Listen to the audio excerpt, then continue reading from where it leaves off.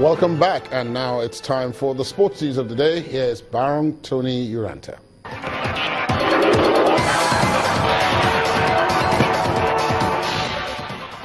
Thank you, Laddie, and welcome to Sports News. More controversies have continued to trail the recently concluded elections into the boards of the sports federations, as elected members of the Gymnastics Federation of Nigeria have protested the nullification of the election by the Electoral Appeals Committee. Speaking to Channels Television Abuja shortly after submitting a petition to the office of the Minister of Youth and Sports, Mr. Kelvin Ehigzoge, whose election as president of the Gymnastics Federation was nullified, says the Electoral Appeals Committee was grossly misled in arriving at the decision to annul the elections. Also, the Vice President-elect from the Northeast, Mr. Abba Inuwa, condemned the annulment of the election. And for the first time in recent times, Nigeria's Aruna Quadri has surmounted his continental rival, Egypt's Omar Assar, in the final of the 2017 ITTF Africa Cup to qualify for the ITTF World Cup in France.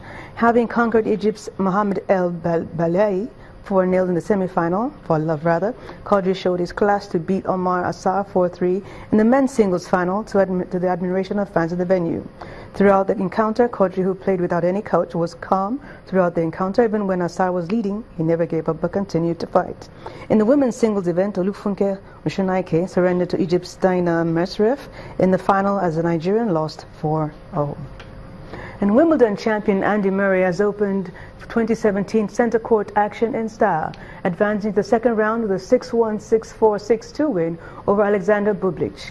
The Kazakh was in the first round as a lucky loser from qualifying, but his good fortune ran out against the British top seed. Murray will play dynamic German serve volleyer Dustin Brown next.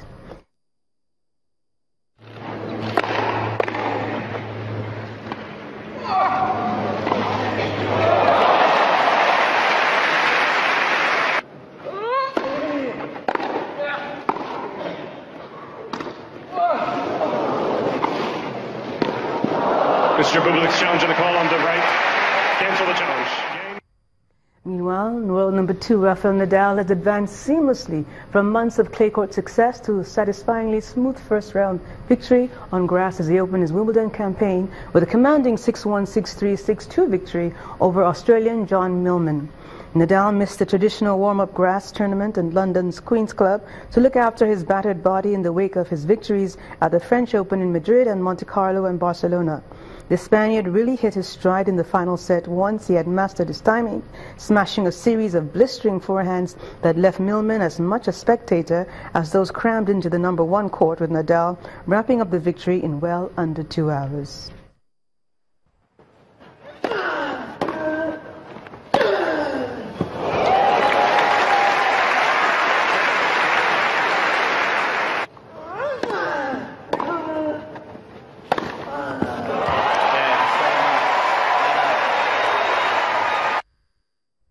And with that, we end on sports news for tonight.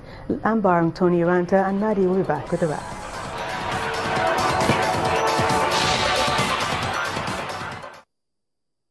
Thanks, Baron. More than 200 people are now said to have been killed in the tanker fire that happened near East Ahmedpur, Pakistan. The death toll in hours after the fire hit 150, but local officials now say at least 206 people are dead after more victims died in the hospital. The tanker carrying fuel burst into flames when a passerby lit a cigarette as villagers rushed to collect fuel from the crash area. Police said the tanker had been transporting 25,000 litres from Karachi to Lahore. It most likely blew a tyre while rounding a sharp bend in the road. Traffic police had tried in vain to keep crowds away from the tanker as local people, including women and children, continued collecting fuel. A terrible accident today took place in the southern German town of Bavaria, leaving 18 people dead. A tour bus carrying German pensioners from Saxony collided with a lorry near Stambach and burst into flames. 46 people were on the bus, with 2 drivers, one of whom was killed. It's not clear why the bus crashed, as traffic was reportedly moving slowly at the time, nor is it clear why flames engulfed the whole bus quickly. But 30 people escaped the fire, 2 of them critically hurt. The lorry's trailer was incinerated and the burnout wreck was found a short distance ahead of the bus. The driver was unharmed. From there on to entertainment news, and here's Mayowa Gudele with the details. Thank you. Here are top showbiz stories. Big names in Nigerian entertainment circle all turned up for the grand premiere of the television series 50, the series, a spin-off from the 2015 high-flying B. Bandele directed movie 50. The cast and crew, led by the executive producer Mo Abudu, alongside Ireti Doyle, Dakori Akonde, Omoni Oboli, Wale Ojo, Kachi Notiri, joined others to party, including singers Two-Face, Tiwa Savage, Don Jazzy, amongst others.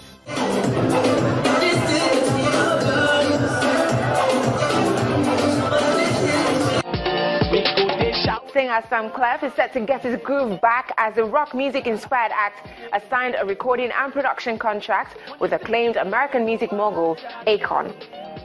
Although details of the deal are still sketchy, it is believed that Sam Clef now joins Akon's Convict Music imprint, joining the list of the youngest Nigerian generation of artists to make international affiliations with hopes of breaking into international mainstream distribution.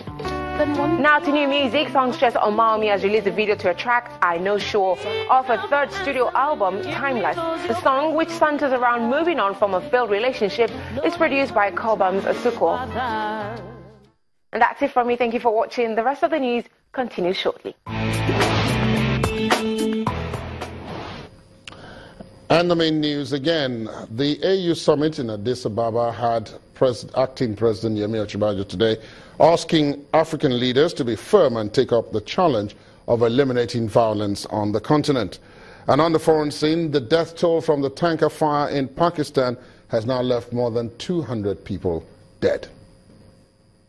That's it on the news at 10 tonight. Thanks for being with us. My name is Ladi Akeredoluale. Good night.